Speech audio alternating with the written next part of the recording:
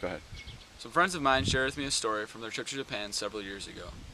While at a tourist attraction, they were encountered by a group of several Japanese children who were eager to practice their English skills with them.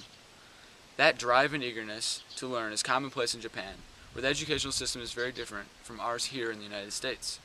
Those differences have resulted in a significantly higher high school education rate in Japan.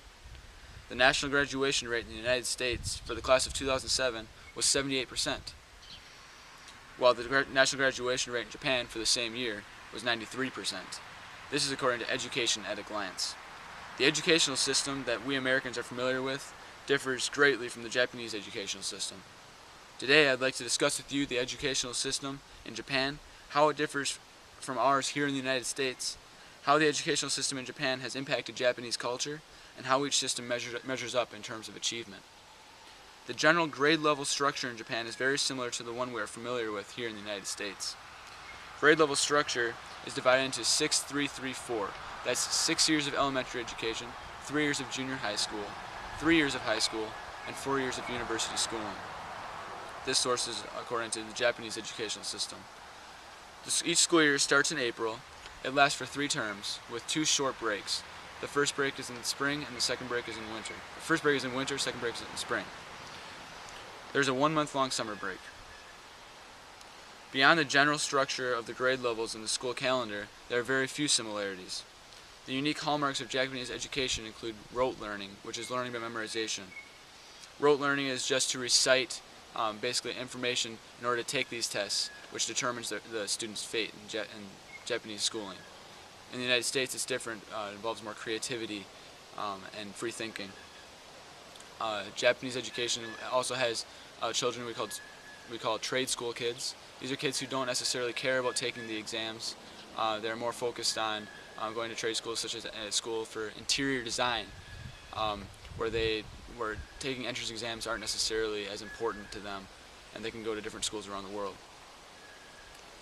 A second hallmark key characteristic for Japanese educational systems are, as I said before, the educational entrance exams that each student is required to take to advance.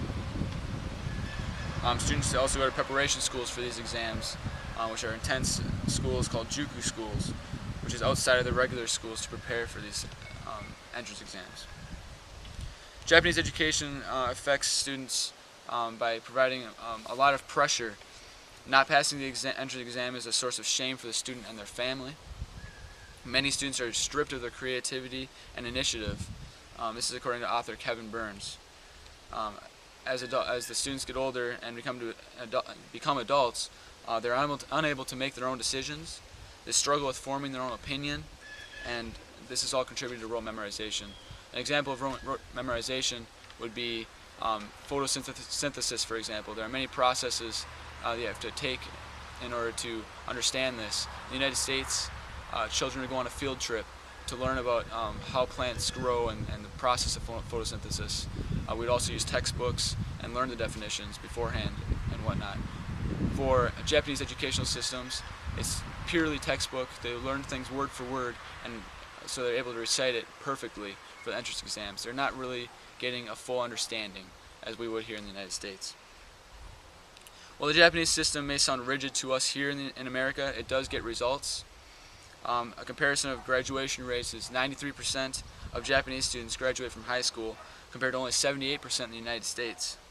The college graduation rates are closer, but Japan's is still higher. It's 39% that graduate from the Japan colleges versus only 37% in the U.S. Graduate school is uncommon in both countries, but is nearly 50% higher in Japan.